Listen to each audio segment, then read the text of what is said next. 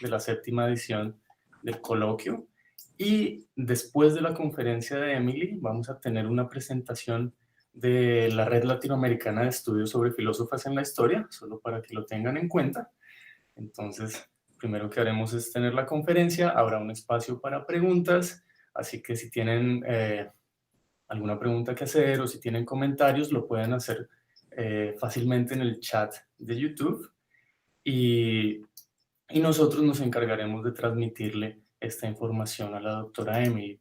Ella es una profesora asociada de la Universidad de Durham, ha escrito bastante sobre espacio, tiempo en la historia de la filosofía, sobre todo desde el siglo XVII al siglo XX, y se interesa además por cuestiones varias en metafísica como la substancia, el cambio, el idealismo, y últimamente se ha interesado en preguntas filosóficas sobre los viajes. Entonces, bueno, esa es básicamente la presentación de quien nos acompaña hoy. Ella va a estar haciendo la charla en inglés. Entiendo que en el chat de YouTube se ha compartido un archivo donde pueden seguir el handout que ella nos ha enviado.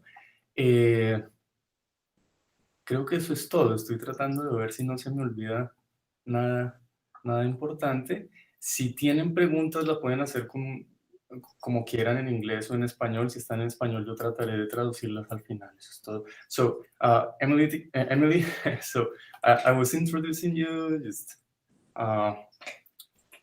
I want to say again that we are very pleased to have you here in this closing for the colloquium. And well, I think that's all. So people are following us on YouTube, and I will just have you give your conference right now. Thank you again for being here with us. Thank you very much. It's a pleasure to be here as well, virtually. So today I'm going to talk a bit about travel and philosophy and Mary Wollstonecraft. I've been working for the last couple of years on philosophical issues in travel, and Mary Wollstonecraft is quite a rare philosopher who is also a traveller. So she brings together these two themes. And one of the things I'll be arguing is that there are some deep parallels between the way that society has historically treated women travellers and women philosophers.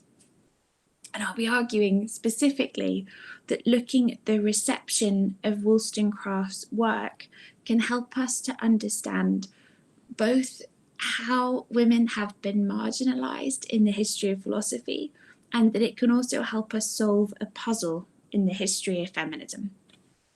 So, on your handouts, if you turn to section 2, which I have titled The Beardiness of Travel and Philosophy, one way to think about this is to consider the way that concepts can be gendered.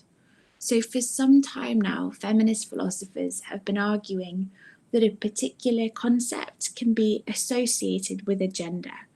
For example, you might think that the concept of pinkness is associated with the feminine. Concepts become gendered generally through historical and repeated association.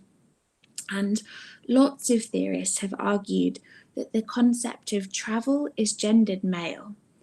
If you look at the history of travel, it's almost exclusively a history of men. The vast majority of early travel books were authored by men, so people like Herodotus, Homer, Marco Polo, John Mandeville, Captain Cook. If you look at lists of famous explorers or famous travellers, you're going to get the same men's names cropping up over and over again. Simone de Beauvoir actually noticed this back in the 20th century, and she complains that in adventure stories, it is boys who go around the world, travel as sailors on boats, subsist on breadfruit in the jungle. It won't come as a surprise to learn that I think philosophy is also gendered male. So I actually found one 17th century thesaurus that looks at word associations with philosophy, and alongside words like sage, wise, contemplative, it included the word bearded. Again, if you look at the canon of philosophy, especially in the West, it's always big male names: Plato, Aristotle, Confucius, Descartes, Kant. The reason that it's a problem when concepts come to be gendered is that we tend to prefer maleness to femaleness. So there's a very long history in philosophy and science of valuing things that are associated with men much more highly than things associated with women. Again, I'll give you some examples. Plato proclaims that the male sex is superior to the female in pretty well everything, with the possible exception of weaving, cake baking, and cooking vegetables. Aristotle argued that females are just mutilated males. The 17th century philosopher Nicholas Malebranche described women as feeble-minded, weak, and stupid, and he thinks that's because women's brains are soggier or wetter in places than men's. Kant argued that women had no need to attain to high learning because that would make them less attractive to the opposite sex. Hegel thought that women were capable of education, but incapable of the more advanced sciences and philosophy. Darwin wrote that men attain to higher eminence in all things than women, and that's partly because mental powers in men are greater than in women. For all of these reasons, we tend to associate things that are male with being better. So men tend to be taller and have deeper voices than women, and lots of studies have found that increased height and a lower voice is associated with things like earning a higher salary, with attaining greater power in the workplace. There's some horrifying statistic, like in 70% of US presidential elections, the tallest candidate has won. There are some really deeply ingrained associations here. Okay, moving on, section 3 on the handout.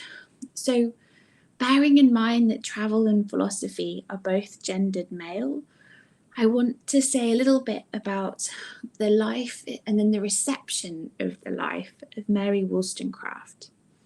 There is an issue that's being discussed in history of philosophy right now, which is how appropriate it is to give the details of the lives of women philosophers. It's argued that people tend to do this much more than with male philosophers. Although I think that's true, I also think that here it's necessary because you need to know the details of her life in order to understand the reception that came after. So, Wollstonecraft is an English 18th century philosopher. She was born in London in 1759. And it seems like she had a pretty tough family life, but she eventually managed to earn her own living doing translation and writing work.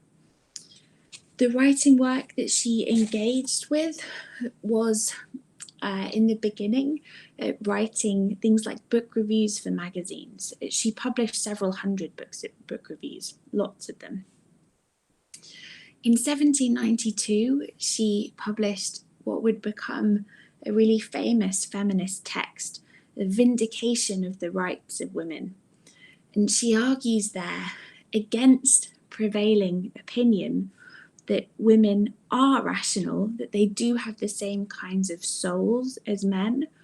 And because of that, women should be educated in the same topics to the same degree as men. And this was really radical stuff for 18th century Europe.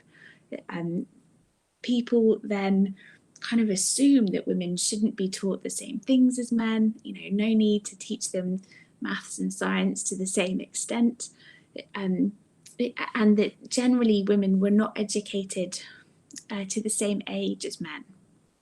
She also argues that women should be able to participate in government and do things like own their own property, all of which were radical ideas.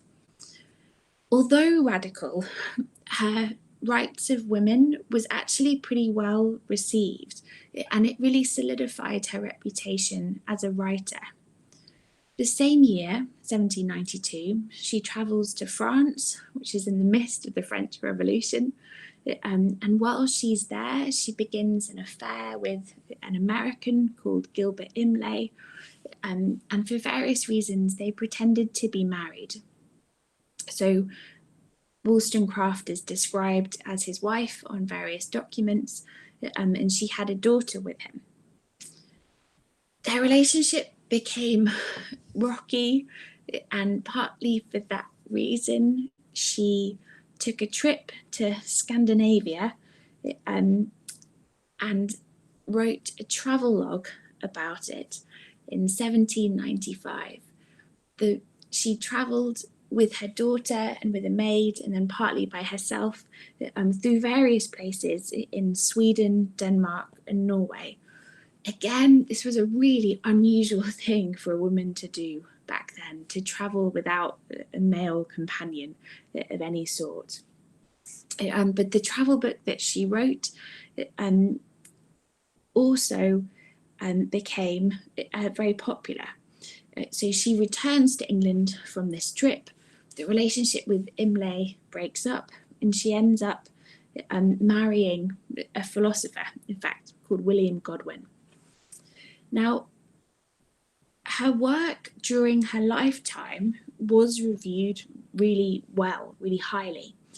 So, for example, one magazine stated that if the nation implemented some of the ideas of her rights of women, it would be better, wiser, and happier. Another magazine argued that she defended her views very rationally, which again was quite a strong statement, given that women were not supposed to be rational back in the 18th century. Her travel book sold even better.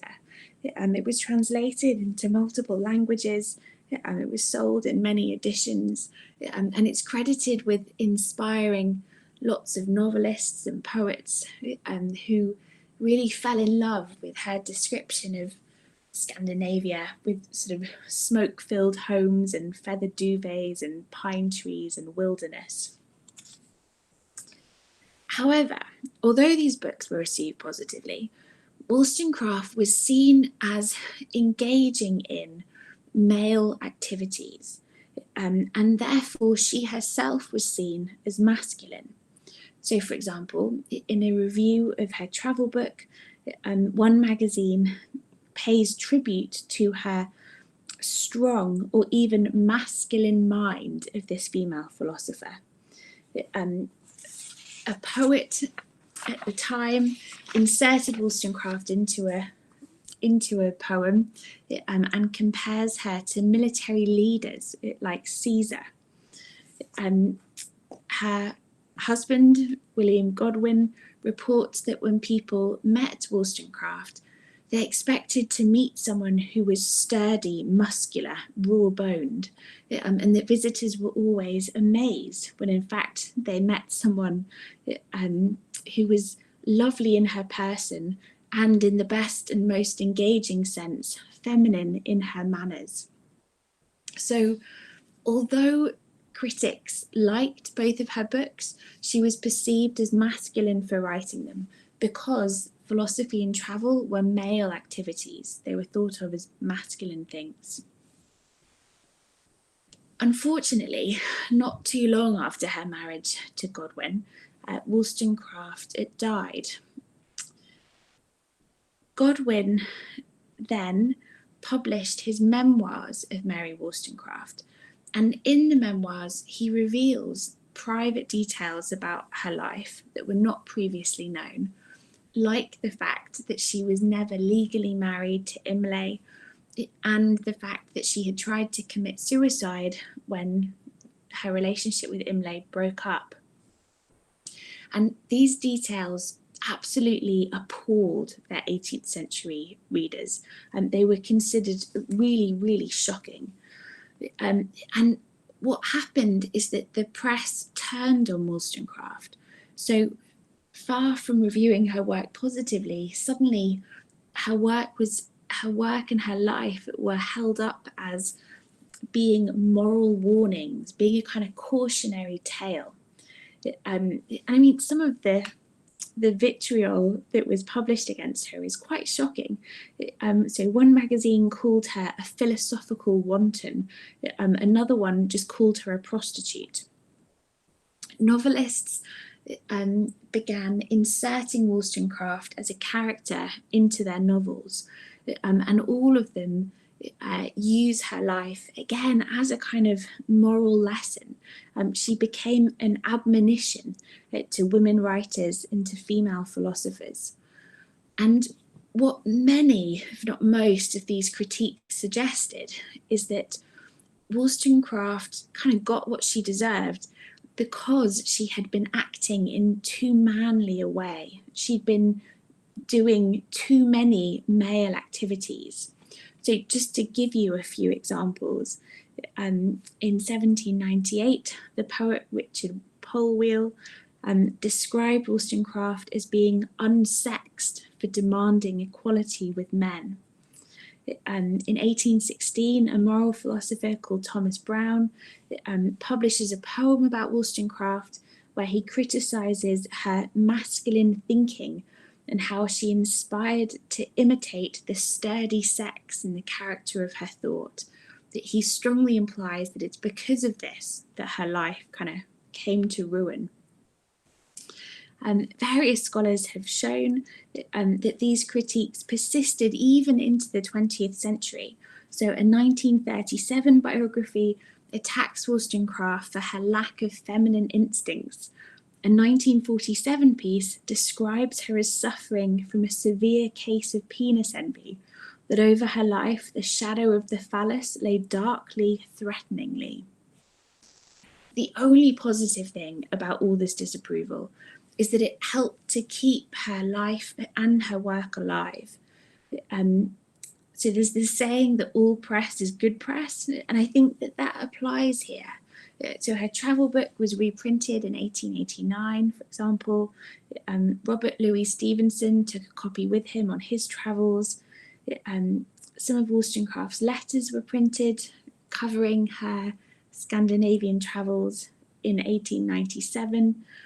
And in general, there's a sense that people still knew who she was. She remained a famous figure right into the 19th century. Okay, if you turn to section 4 in your handouts. So I want to ask what this reception of Wollstonecraft can tell us. Now, historians of travel haven't focused over much on Wollstonecraft in this regard, but they have looked at how more widely women travellers historically were seen as being male or masculine for their travels. There's been a lot of research in particular on Victorian European lady explorers. So these are women like Marianne North, who travelled through the Middle East and Asia, Isabella Bird, who travelled through the US and Asia, Flora Shaw, who was a journalist in parts of Africa and Australia, Mary Kingsley, who travelled through Africa, and Gertrude Bell, who was a spy as well as an archaeologist in the Middle East. In the Victorian era, these women were widely admired, their travel books were widely read and commented on. But despite this admiration, scholars have shown that they were really strongly regarded as manly for doing the kinds of activities that they were doing. And they do this by describing these women as unique, exceptional.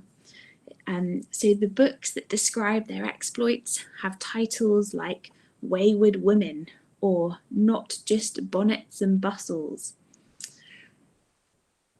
When they say that these women are exceptional, what they really mean is these women are not like other women, they're more like men. That's the very strong subtext running through this.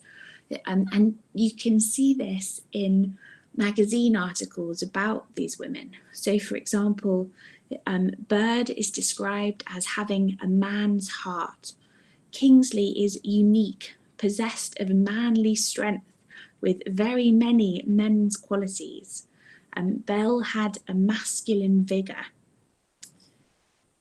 Because their travels threatened their femininity, these women travellers sought to stress that they were women in various other ways. So one way they did so was that in their travel writing, they avoid masculine topics. So they don't tend to talk about things like politics, economics, or science. If they do address such topics, they will actually do so by attributing their marks to men.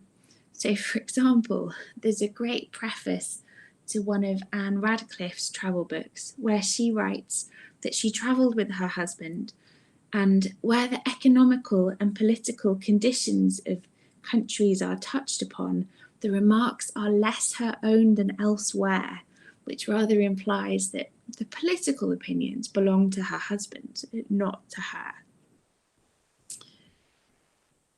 If they avoided things like politics and science, they would spend more time on feminine topics, like things like cooking or fashion or childcare. The other way these women stressed their femininity was by their clothes. So although they were climbing mountains and hiking through swamps, they were very anxious that nobody should think they were doing so in trousers. There was one brilliant example where Bird was described as wearing men's clothes on her travels, and Bird actually writes into the newspaper to correct them, explaining that she was in fact wearing women's mountain dress. They were really anxious not to be thought of as dressing in manly ways. And there's a really nice anecdote in Mary Kingsley's book, Travels in West Africa, where she writes that she was saved from death in a spike pit by her good thick skirt. And she tells us, "Had I paid heed to the advice of many people in England who ought to have known better and adopted masculine garments, I should have been spiked to the bone and done for. Whereas, save for a good many brushes, here I was with the fullness of my skirt tucked under me, sitting on 9 ebony spikes some 12 inches long in comparative comfort, howling lustily to be hauled out." Now, one reason she includes this story is because it's funny, but another reason is that it really stresses that she is wearing full Victorian skirted dress. She's absolutely not wearing trousers. In exactly the same way that Godwin reports people were surprised when they met Wollstonecraft to find someone feminine, many commentators, when they met these lady explorers, expressed surprise at how feminine they are.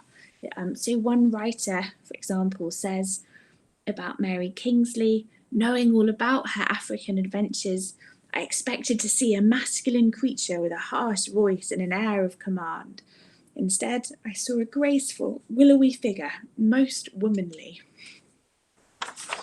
Okay, so this brings us to the things that I think looking at the history of Wollstonecraft's reception can teach us. So the first thing is that I think it can help us understand the history of women in philosophy, specifically just how they were marginalized. If we look to the male gendering of travel, we can see that that's problematic in many ways. So one reason is that historically it has obstructed women from travel. So if you look at vintage books on travel, you are often told very firmly that female travellers should be prohibited, except in very special cases. Another reason it's a problem is that even though there have been women travellers throughout history, their achievements are celebrated much more rarely than those of men. So there are some big histories of travel published in the last 10-20 years, and they frequently leave out women, or there might be one woman mentioned and then another 30 men. And this isn't just the case with older histories, this is still happening today, that you can very much come away with the impression that there just haven't been very many women travellers. It will not come as a surprise to you to hear that exactly the same problems are present in the male gendering of philosophy. So we've already seen philosophers like Plato and Kant that imply that women shouldn't really be doing philosophy, that it's not a female activity, and we know that their achievements go uncelebrated in histories of philosophy.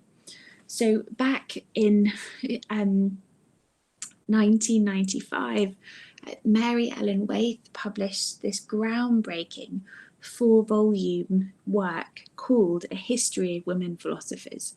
And in the preface, she writes, "By the end of 1981, I had concluded that the accomplishments of some 100 or more women philosophers had been omitted from the standard philosophic reference works and histories of philosophy.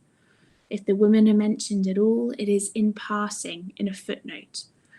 And I've been looking at older histories of philosophy, and that's completely true. You very, very rarely find women mentioned in any of them. I mean, in fact, I've read many histories of philosophy published in the last 5 years, histories of 20th century philosophy or big histories of metaphysics, and women are just left out of them. So exactly the same phenomena is happening again in travel and in philosophy.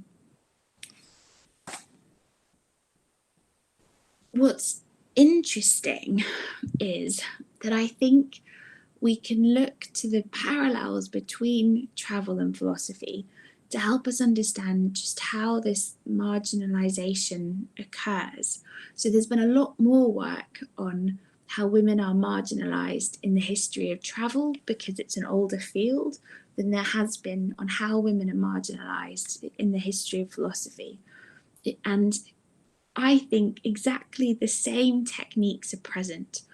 So women philosophers historically have been described as unique, exceptional, and the implication as being more like men for doing this manly thing, philosophy. So I'll give you a few examples. In 1655, Henry Moore praises Anne Conway in the preface to one of his books. And he writes, "You have not only outgone all of your own sex, but even of that other also." So the implication is, well, I mean, it's some achievement to do better than lots of women, but it's even more of an achievement to do better than lots of men. A 1751 biography of Catherine Coburn writes that she engaged with John Locke's philosophy at an age when few of the other sex were capable of understanding. So that's not just praising Coburn, that's sort of putting down women's understanding in general also. In 1849, a magazine article discusses the work of Emily de Châtelet, and it wishes that philosophical women were more feminine and less profound. Women should not walk in breeches and wear a beard. Very much suggesting that women are making themselves masculine by engaging in this masculine activity. A 1912 obituary of the philosopher Victoria Welby states that she is extraordinary in the history of women. Again, the implication being because she's doing philosophy, and that's like a man's game. And this, of course, is exactly the same kind of remark that we saw earlier with Wollstonecraft.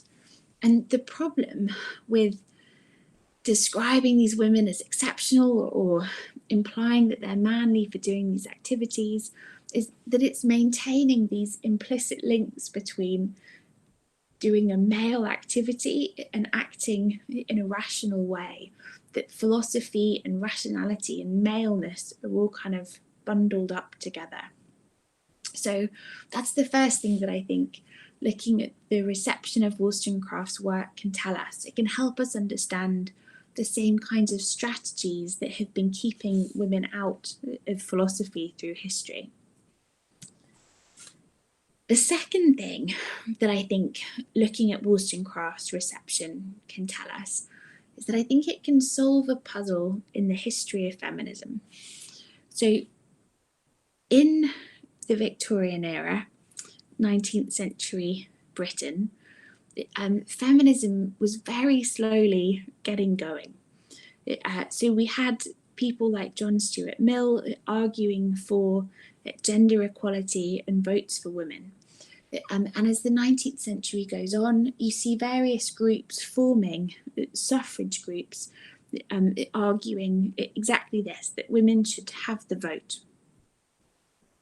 Now, you might expect that 19th century women travellers who are really shattering gender norms in some ways by going off by themselves and travelling through jungles and so on, would also be progressive when it came to things like suffrage and feminism.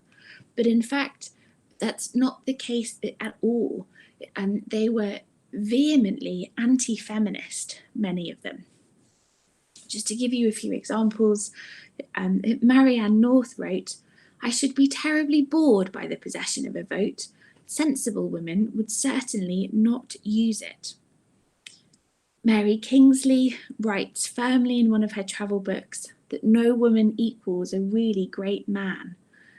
She argued against women being able to join the Royal Geographical Society, and she also argues vehemently against women having the vote. The same can be said of Isabella Bird, who was outspokenly against women having the vote.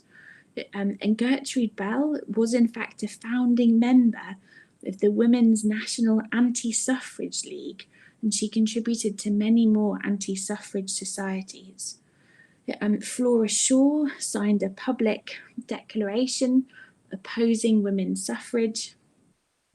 And there are many more examples of this kind.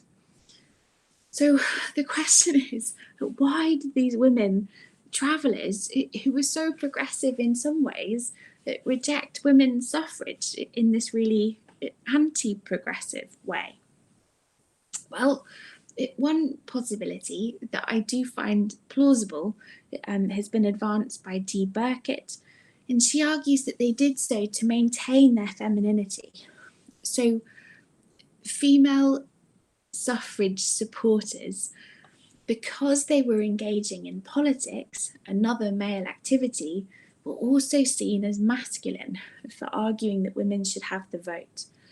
And the women suffragists were really conscious of this, and they strove to offset the masculine air conveyed upon them by their political activities by trying to appear extra feminine. So in 1908, for example, the newspaper Votes for Women declared, "The suffragette of today is dainty and precise in her dress." And many of the women made extra special efforts to do their hair, to wear the latest fashions, to be really, really feminine, despite the fact that they are, campaigning on the streets, sometimes even engaging in vandalism and acts of violence. I think It's very plausible that this is partly what's going on, but I also think that the reception of Wollstonecraft gives us another reason why these women travellers would have avoided engaging in feminism, and that is simply that Wollstonecraft's reception must have posed a cautionary tale. People were very much still aware of her life and work, and I think that she would have offered an example of what happens if you engage in more than one masculine sphere. She wasn't just a travel writer, she was also a feminist philosophy. And all these critiques of her strongly imply that she just engaged in too many masculine activities.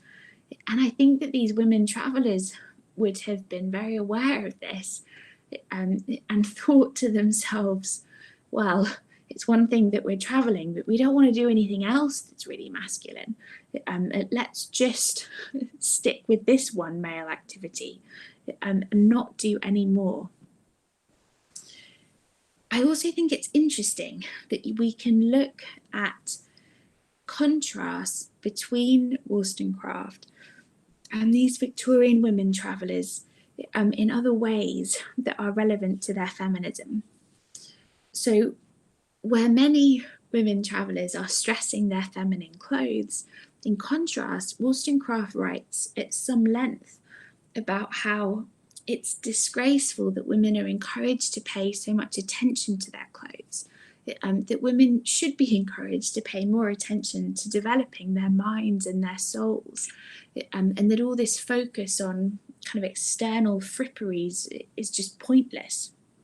She writes about this in her Rights of Women and also in her Scandinavian travel book. She doesn't really blame women for paying attention to their clothes. She writes that it's to be expected when you are taught from infancy that beauty is women's sceptre, and so the female mind, roaming around the gilt cage of its body, seeks to adorn its prison. But nonetheless, I think that's a big difference in attitude between her and these later travellers. Another big difference is that where these later women travellers specifically avoid commenting on things like politics, science, economics, that Wollstonecraft does so happily. And in fact, she comments on politics and economics so much that some of the reviews complain about it, arguing against how she could have achieved so many insights if she was, as she claims, only there on a short residence. She was there for just 3 or 4 months. Okay, last section on the handout. Despite how unfortunately Wollstonecraft's life and achievements were treated in the 19th century and even the early 20th century, there has been a kind of happy ending for the reception of Wollstonecraft.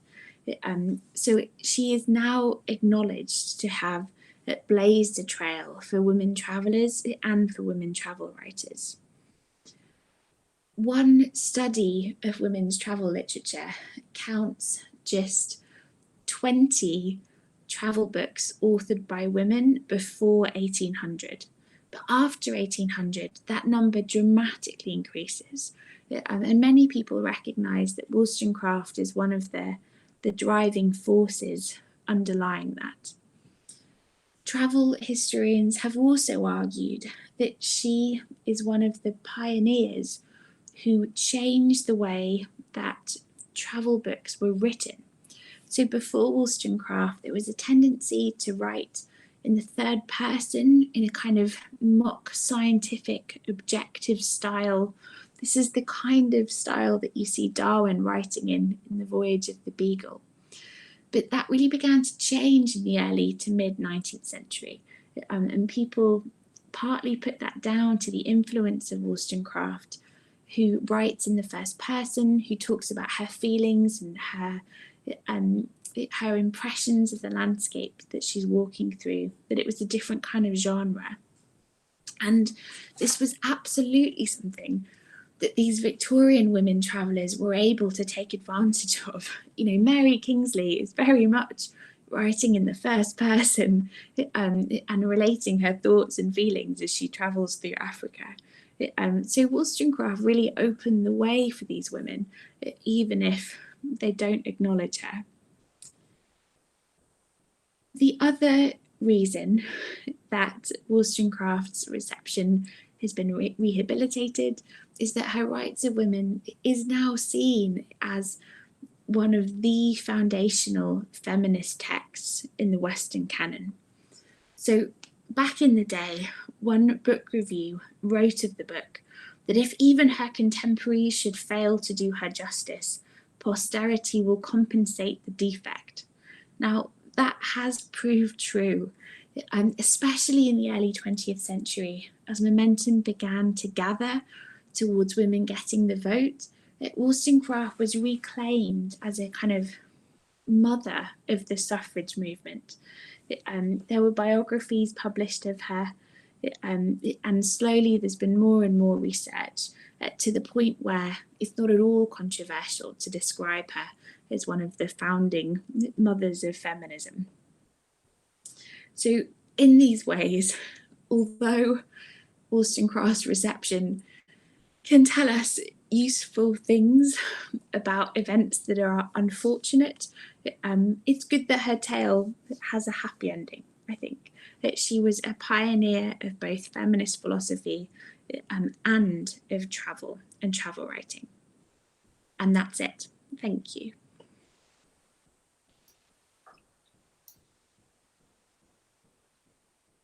Well, Emily, thank you again for your conference. Well, so I'm here just checking on YouTube and reminding people to post their questions if they have. So I'm very happy to hear, like, I don't know how to say this, like everything you have to say, because thank you. The topic of travel in philosophy. It seems to me, and I might be just ignorant about it, very new, like something that's just starting to come to the public as a topic in philosophy. So I really enjoyed the talk and how you're like linking this interest you have in travel to the history of women in philosophy. So again, this is just my comment that I really appreciate this talk. Thanks. I think looking at philosophical issues in travel is definitely new. I think you can find there are lots of little. So obviously, I've just written this book about travel and philosophy, and there are lots of little pockets where people discuss the way that travel relates to philosophy. So there's research on how, like, John Locke uses travel books to advance his claims about innate ideas, for example. But I think bringing them all together and looking at the idea of travel and philosophy together is not something that's been done very much. I definitely think when it comes to women, there are these big parallels.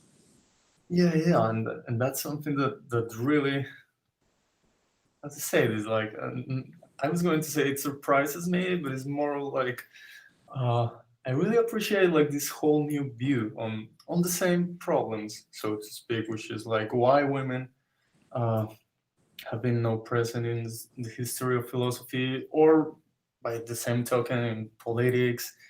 And I think that bringing this new approach, this new perspective is really, really valuable for philosophy itself. Cool, I hope so. No, I'm completely sure. It definitely seems to me that there are other fields that have been looking at women in history, is in looking at women in the history of philosophy is still fairly new. I mean, Mary Waith was publishing, 30 years ago now? Like, that's still fairly recently. Right? Whereas there are other fields that have been looking at this for a lot longer. And I definitely think that borrowing from them like looking at the methods of marginalization and things can all be really useful. Yeah. Okay, so I have some questions here on YouTube, so I will read them to you. Fantastic. So Viridiana, professor from El Bosque, says, well, thank you so much, Professor Thomas, for your lecture. I was thinking about the analogy between philosophers and travels as mainly male activities. What do you think about the early modern philosophers were aware about their feminine condition and nevertheless assumed that they were thinking from their own sex and beyond their sex? With the Right. do you think that she means what early modern women philosophers were thinking? Yeah. She just posted the comment there. She's thinking about early modern women philosophers, if they were aware about their feminine condition and nevertheless assumed that they were thinking from their own sex and beyond their sex. Well, okay, good. I like that. So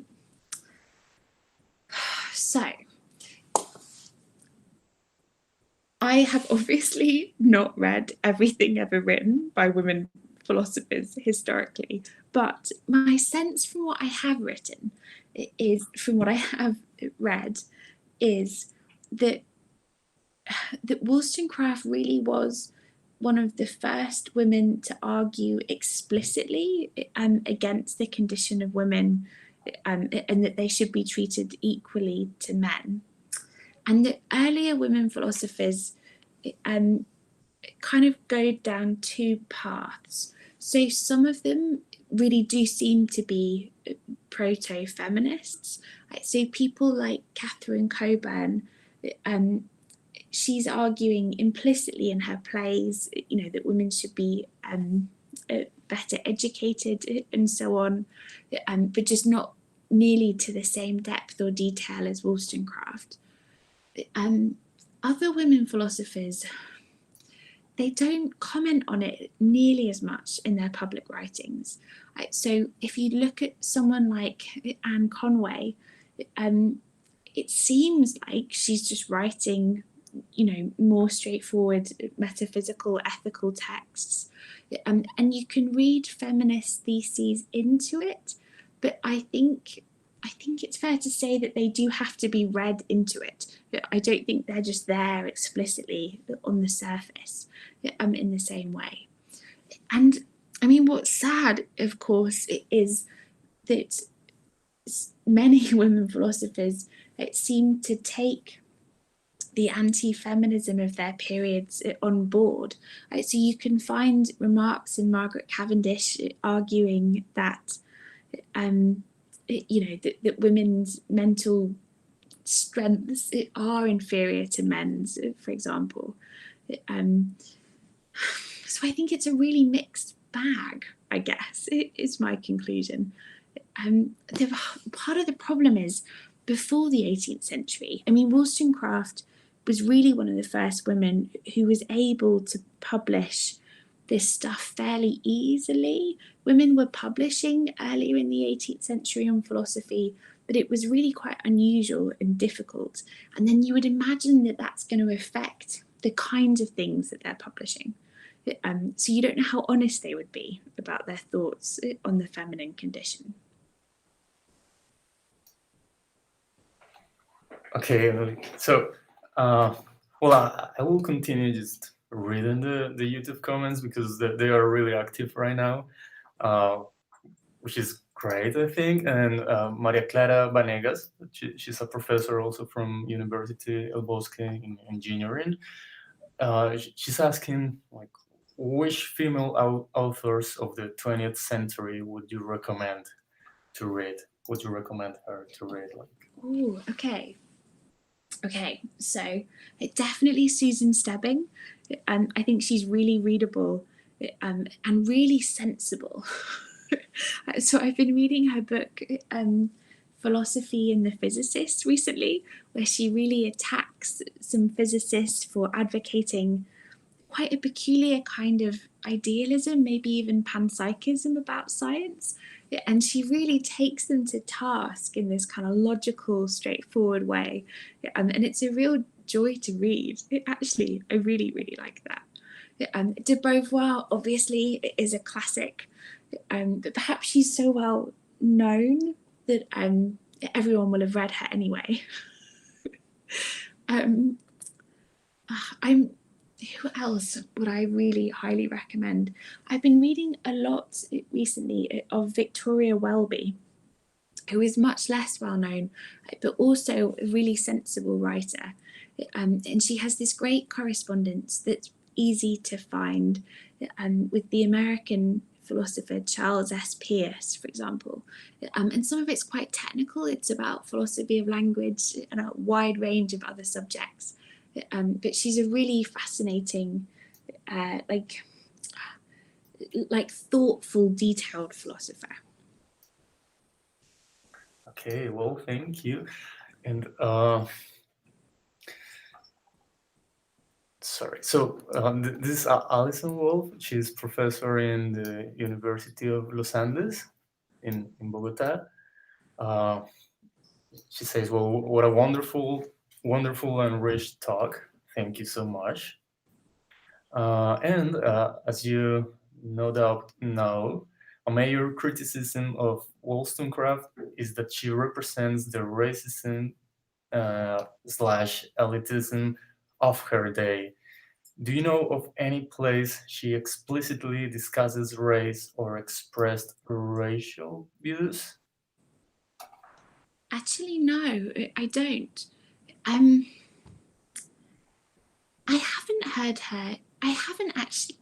I fully believe that these critiques are out there, but actually, I haven't come across critiques of her for racism. I've come across critiques of her for elitism, and that straightforwardly seems to be true.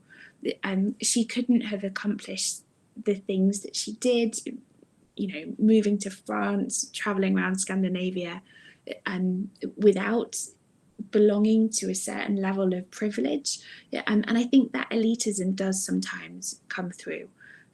When she travels through wilderness areas of Norway and Sweden, sometimes she's quite critical of the poor.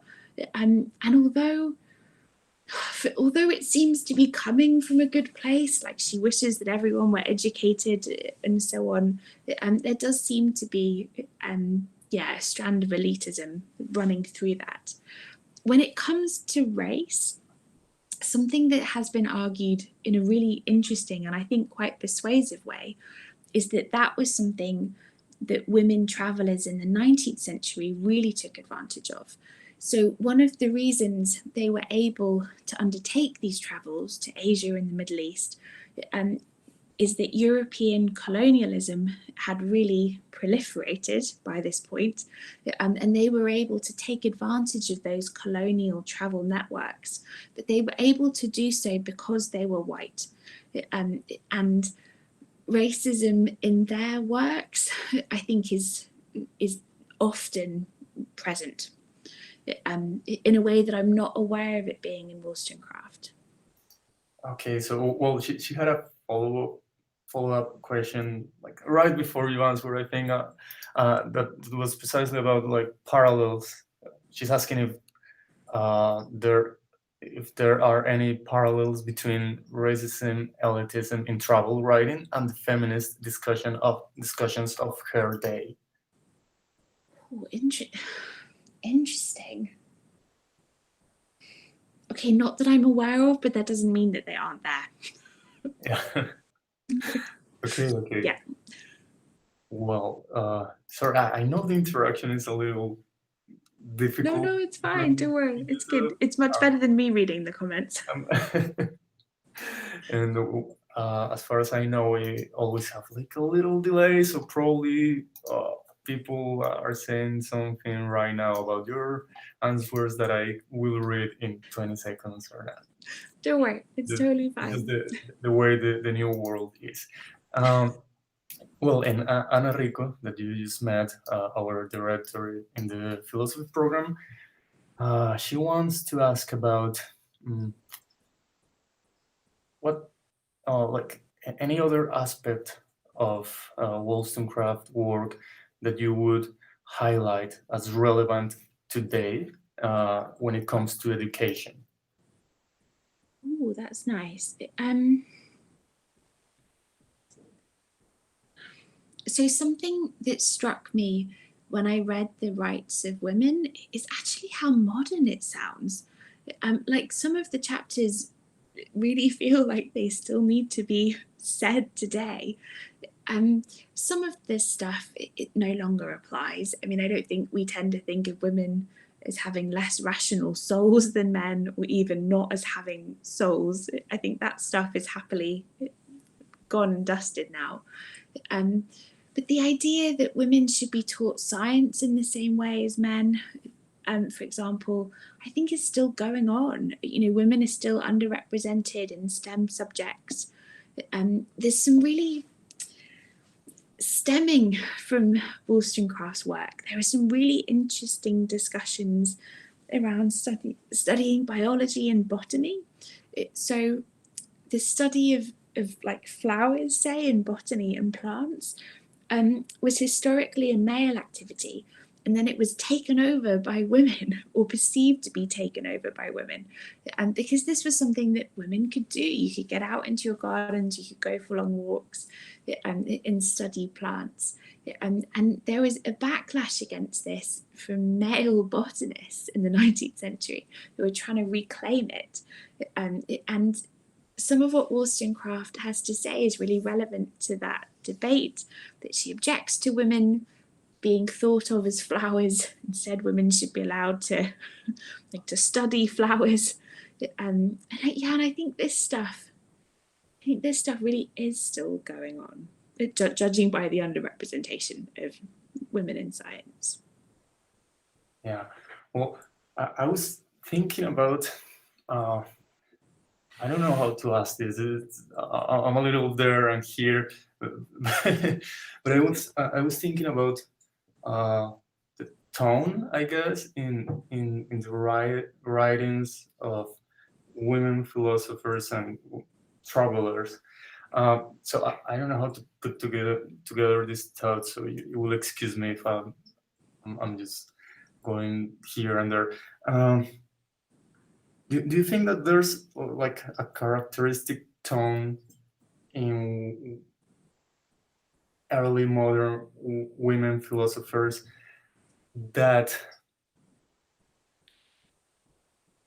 you could say is bringing something new to philosophy, but is at the same time hidden by the reception that male philosophers had of these brilliant women philosophers? Like maybe they say, oh yeah, she's writing in this very manly way, and they are trying to hide something that's like characteristic of their tone. I don't know if that makes sense, but I think I know what you mean. Okay, so there's definitely things that strike me as a bit sad about the way women philosophers often wrote, which is that they are often terribly apologetic for their work. So their books start with these lengthy apologies for the fact that they're writing them at all. And you just don't find that with male philosophers in the same way. And it's hard to know whether the women really mean it, or whether that's just a device that they're using to excuse the fact that they're now gonna give you all of this hardcore philosophy. So I guess that's one difference in tone.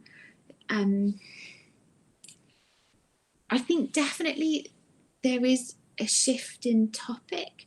So if you look at the examples that women philosophers use, like in Cavendish or Wollstonecraft, they are much more likely to talk about things like cooking or childcare, and that seems to lend philosophy a different perspective, I think, to the examples that you would find more commonly in male philosophers. Whether there is a different tone in general, okay, so in the 20th century, I know that some people, like if you look at like the ethics of care, that some women philosophers argue, we should be looking at things like context and relationships, and that they bring a different kind of perspective to ethical issues. And I'm sure stuff like that must be going on, but perhaps because I work on metaphysics, I'm less sure what it would be. Mm-hmm. Yeah, but I feel like it must be. Yeah, I know. I was thinking about tone, but not because I think there has to be necessarily a difference in tone, like a gender tone. Yeah. But maybe because I'm just really thinking about things like this is just a parallel. Martha Nussbaum, when she speaks about literature, for example, and how literature can be moral philosophy, because literature is offering this way of writing, this tone. That's what I'm thinking. Okay. But it's Yeah. offering something very particular and important to moral philosophy. So the parallel will be like, I was just wondering if there's anything in women philosophers, especially in the early modern days, that would point to something particularly important to philosophy that we are missing. But yeah. No, I'm sure that there are scholars listening to this thinking, yes, there's loads of things. But right now, I can't think of anything obvious. But I'm sure there must be. Yeah. And I mean, of course, women philosophers are all writing with their own voice and so on. But I'd be surprised if there weren't commonalities. Yeah. Like one thing in metaphysics that's been pointed to is the way that when women discuss like the Cartesian soul, that they write in such a way that they stress its ungendered nature. So for Descartes, in theory, we will have the same kind of soul. And arguably that was something women philosophers really got on board with, because it meant that we were all as rational as everybody else. And it's been argued that they write in such a way as to stress that. There must be many more examples. I'm sure there are. Okay. Well, thank you for the answers again. So there was a question. Okay, just a clarification from Maria Clara. So you mentioned Deborah. She's asking about the last name, Deborah. If you remember, she asked about women philosophers that you would recommend reading, and she didn't get the last name of Deborah. So Susan Stebbing and Simone de Beauvoir and Victoria Welby. Oh, okay. Simone de Beauvoir. It's okay. It's probably my accent mangling it. No, it's okay. And well, Alison, she was just commenting that it's fascinating. I know this goes back to your answer, so it's a little disconnected right now, but she says your answer is fascinating and related to what she has been wondering, which is how much some critiques of early liberal feminism impose certain views on race on the early feminist writers. Yeah, okay. I would love to hear more from her, I think, about what she can tell me about this. I think I just don't know enough. Okay, well, so I think that's mostly all. Again, I want to thank you for this conference and having the time to share with us. And so right now we have the presentation of the network that Viridiana was talking about earlier, la Red Latinoamericana de Estudios sobre Filósofas en la Historia. So again, thank you very much, Emily. You are welcome to stay with us, but I will have to give them time to present themselves. Of course. I'm sorry, but Silvia Manzo has a question for you, but I think when everyone starts chatting their questions, Hernan haven't seen it. Yes, I haven't seen that. I don't know if my chat is not working, but Silvia is here with us, so. Hey.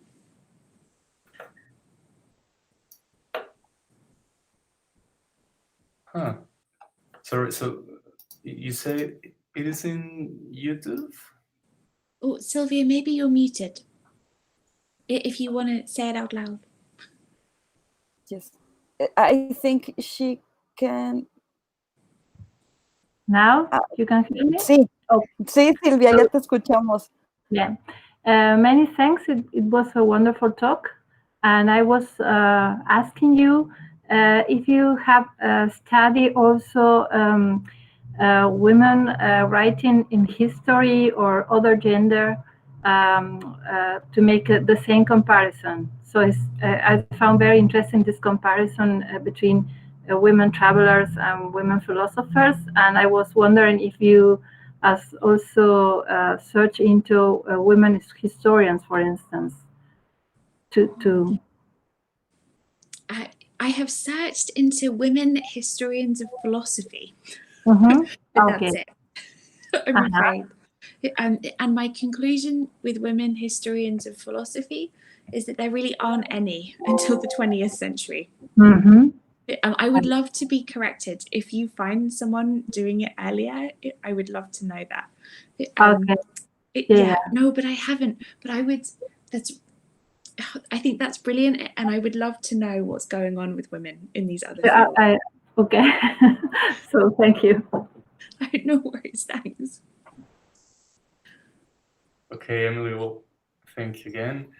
And bueno, para quienes nos siguen en YouTube, como habíamos anunciado al inicio, tenemos la presentación de la Red Latinoamericana de Estudios sobre Filósofas en la Historia con Silvia Manzo, que acaban de conocer. Y me disculpa, Silvia, se me perdió el comentario. Acabo de verlo en YouTube. No hay Estaba problema. de los demás.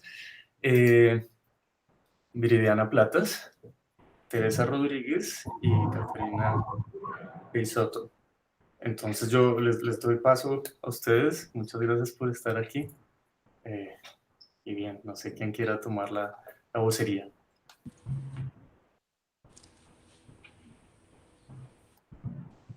Viridiana, tal vez, creo que... Sí. Bueno, pues estamos muy contentos el día de hoy de presentar la Red Latinoamericana de Estudios sobre Filósofas en la Historia. Y bueno, preparamos una pequeña presentación que ahorita vamos a compartir en pantalla.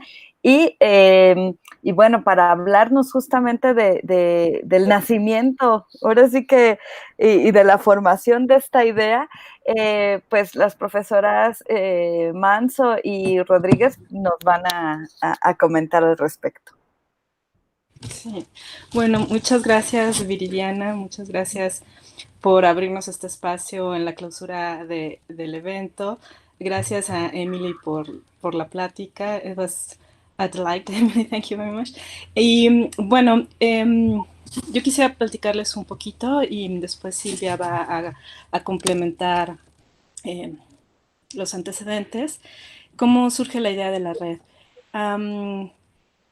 Katarina, Silvia y yo nos conocimos en Río de Janeiro en un congreso que organizó Katarina sobre mujeres filósofas en la modernidad, y a partir de allí me parece que las tres nos quedamos con la idea de que habría que continuar, ¿no?, con esta serie de eventos.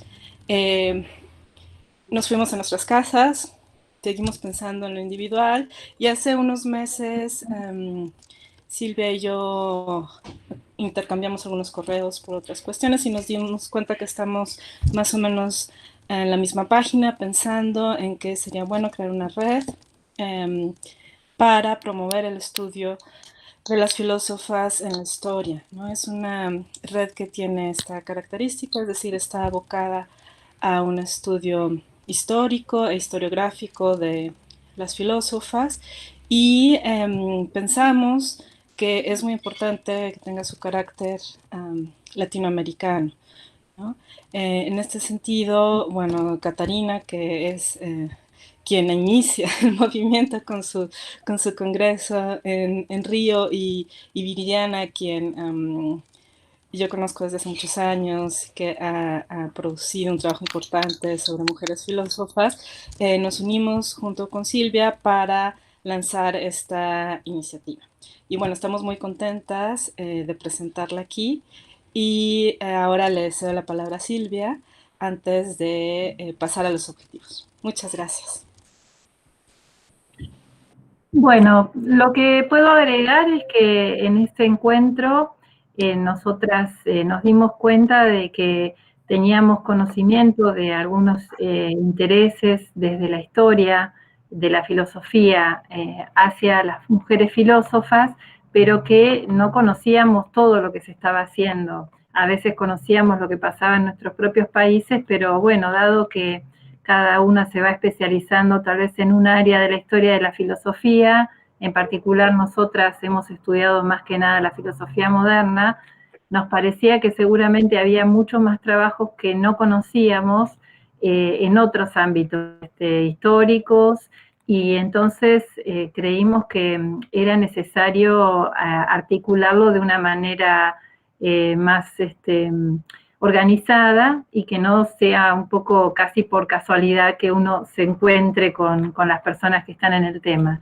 Y bueno, insisto también en que muchas de nosotros estudiamos la filosofía europea o a veces la filosofía de otros continentes, pero queremos también darle una marca desde Latinoamérica, no porque no querramos estudiar a otras filósofas que no sean latinoamericanas, pero sí porque queremos incentivar a descubrir a esas voces que tal vez ahora no conocemos, y que eso implica un desafío que va, por supuesto, más allá de lo individual, porque nadie lo puede hacer solo, pero además más allá de lo nacional, es decir, necesitamos un trabajo de interconexión entre distintos países de Latinoamérica.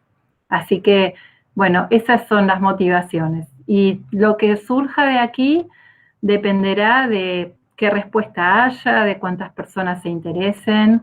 Por el momento es algo que no tiene una estructura económica ni un sostén más allá de lo que cada una a veces tiene por sus propios proyectos de investigación. Dependerá de qué respuesta haya y qué interés, la envergadura que pueda tomar la red, que recién ahora la estamos presentando, digamos, hay pocas personas inscritas todavía. Gracias, Silvia. Vamos a presentar los objetivos. Si te parece bien, Silvia, comienzo yo y luego tú lees el siguiente. Gracias. Bueno, el primer objetivo es generar un intercambio entre los investigadores latinoamericanos interesados en estudiar el pensamiento de distintas filósofas a lo largo de la historia. Bien. Bien, y con eso lo que queremos decir es que, por supuesto, no quede focalizado en un momento histórico, sino que hay personas que estudian la filosofía antigua, medieval, renacentista, moderna, contemporánea, y bueno, todos y todas están invitados. Y también nos preocupa, nos interesa investigar las prácticas filosóficas de las mujeres en la historia de la filosofía y en especial de las filósofas latinoamericanas. Hay algunas que ya conocemos, pero hay muchas que quizás existen y no las hemos conocido, así que esto va a demandar un trabajo de archivos. Para las que trabajamos en la filosofía moderna es un desafío enorme, quizá porque por ahí se trata de mujeres como Juana Inés de la Cruz, que estaban vinculadas a una orden religiosa, que bueno, era uno de los pocos modos que existía en el momento de acceder a las letras, así que quizá tengamos que hacer una búsqueda en archivos mayor de la que disponemos.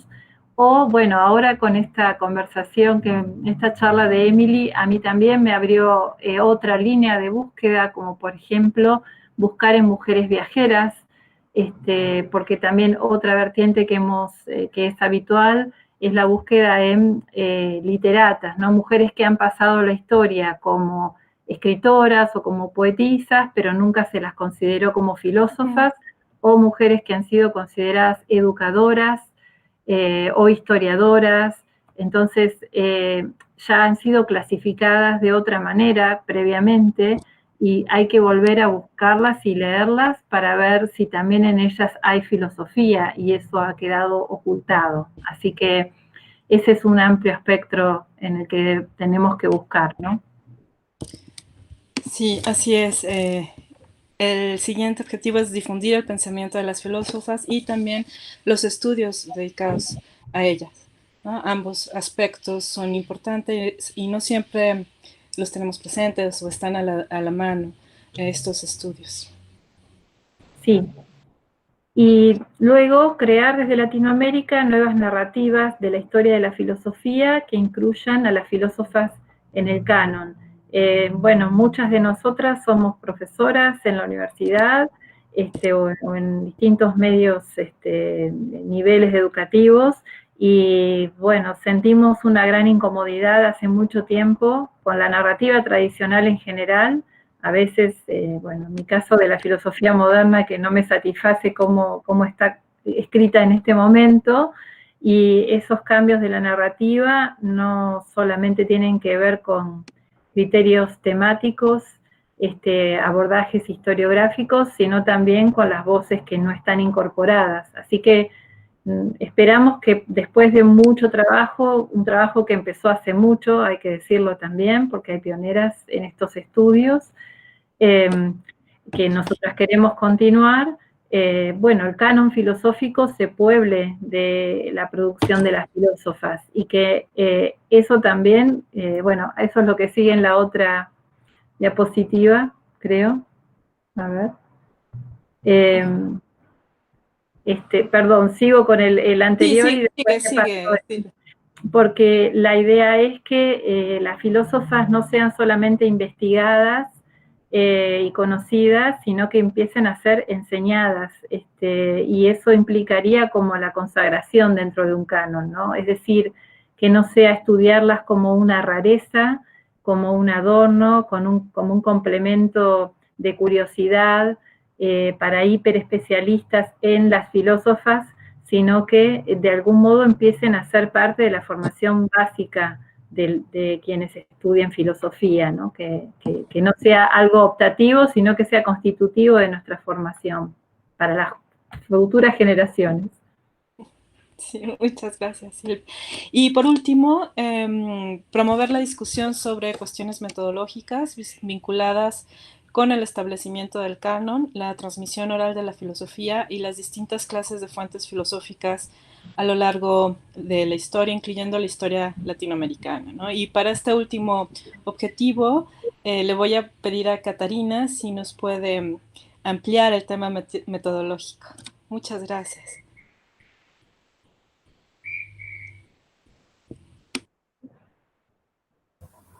Olá, espero que estão me ouvindo. É um grande prazer participar pelo Brasil. Eu vou tentar falar devagar. Eu acho que, bom, uma parte do que eu ia falar, a Silvia e a Teresa já falaram. Nós temos grandes desafios pela frente, desafios de método, desafios arqueológicos, de acesso a fontes. Nós temos um passado colonial muito brutal, que envolve uma escassez enorme, porque no ouvido não há perfeição nem sistema. Então, o que nós vamos tentar é buscar discutir maneiras de acessar a essas fontes e como abordá-las. E essa é uma atividade que vai requerer muito diálogo, porque nós precisamos discutir não apenas o que é filosofia, ou em que medida uma viajadeira é ou não filósofa, mas o que é mesmo que nós compreendemos como filosofia. Então, esses debates de método e dos critérios de fixação do cânone ao longo da história vão ter de ser um trabalho permanente e contemporâneo, que nós vamos ter que fazer um grande esforço. É um trabalho que desafia a autoria e desafia também todos os métodos prontos ou tecnológicos, argumentativos, de trabalhar com o texto, nos quais muitas de nós fomos treinadas a fazer. Então, eu espero que eu desejo o melhor, vou tentar me esforçar nesse aspecto e espero que dê certo e que a gente consiga, que nós consigamos incentivar os nossos colegas, alunos, pesquisadores nessa tarefa, que é uma tarefa muito grande e muito desafiadora e interessante filosoficamente. E contem comigo, temos de discutir uma agenda, né, de trabalho futuro e tal. É isso. Sí, muchas gracias, Katarina. Y por último, Viri, no sé si puedas presentar un poco qué hay que hacer, ¿no? Para inscribirse. Sí, claro. Entre las cosas que justamente se proyectan es, por supuesto, la creación de una página web de la red que tenga la función de directorio, ¿no? Con cada uno de los miembros de la red y, por supuesto, con una sección donde se puedan difundir todas las investigaciones, los trabajos que hemos ido produciendo ahora sí que en los últimos años al respecto sobre filósofas. Entonces esto de veras lo que busca es, por supuesto, hacer tener esta posibilidad de difusión de lo que hemos hecho, pero que también sea una oportunidad de estrechar lazos para seguir afrontando todos estos desafíos metodológicos de los cuales pues, nos acaba de hablar Katarina. Por supuesto que entre las cosas que deseamos es realizar un primer encuentro en el año que entra, donde se puedan justamente presentar nuevos trabajos de investigación al respecto y al respecto de los distintos, pues de las distintas temáticas y de las distintas áreas en las cuales podemos hacer estas reconstrucciones sobre mujeres filósofas. Entonces, para contactarnos, pues les compartimos el correo de la red Lat Filósofas en la Historia, todo junto, y con mucho gusto les podemos enviar el formulario de inscripción, que también aquí ustedes pueden constatar. Les voy a enseñar el formulario. Es un formulario muy sencillito, donde lo único que tienen que hacer es, digamos, ingresar sus datos, unos datos muy generales, y situación académica, en qué país están residiendo, la institución y las áreas que, como pueden ustedes ver,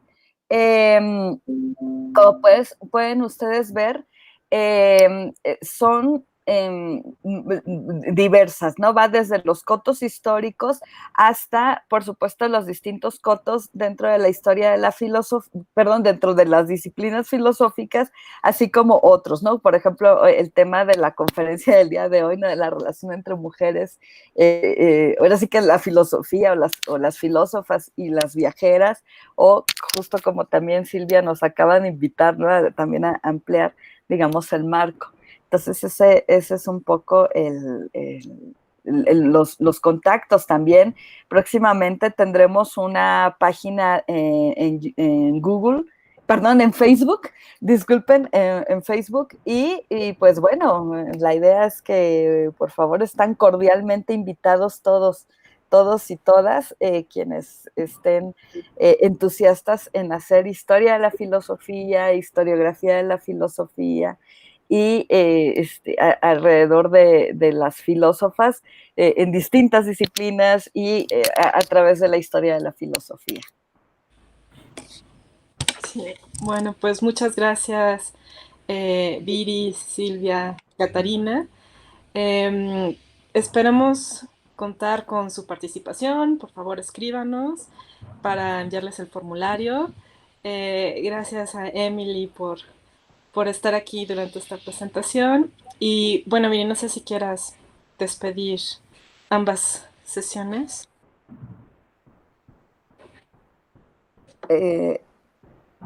Pues creo que ahorita Hernán iba a hacer un comentario. Sí, perdón. Es que me están pidiendo el link del formulario para postearlo de una vez en el chat. Y el del correo.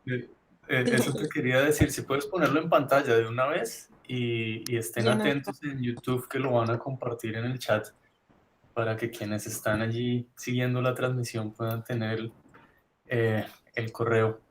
Bueno, de nuevo, pues yo quería agradecerle a todas ustedes, Teresa, Silvia, Viridiana, Katarina, por esta iniciativa que comparten con nosotros. Ya saben, la creación de esta red latinoamericana de estudios sobre filósofas en la historia. Pueden escribir al correo que me corrigen, es red lat filósofas en la historia, ¿cierto? @gmail. Recuerden, va a estar en YouTube. Pues muchas gracias por su participación aquí, por traer esta buena nueva. Creo que es algo que todos y todas agradecemos mucho, esta iniciativa que ustedes están teniendo.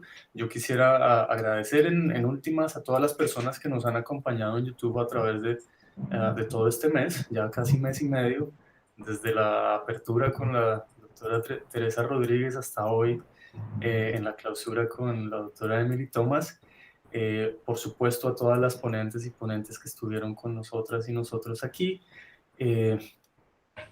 Decirles que estamos muy felices de hacer este evento año tras año, en esta 7ª edición, ya que cerramos hoy el programa de filosofía de la Universidad del Bosque, con el apoyo de la revista Horizonte Independiente, quienes han estado a cargo de toda la parte logística de hacer la transmisión en YouTube.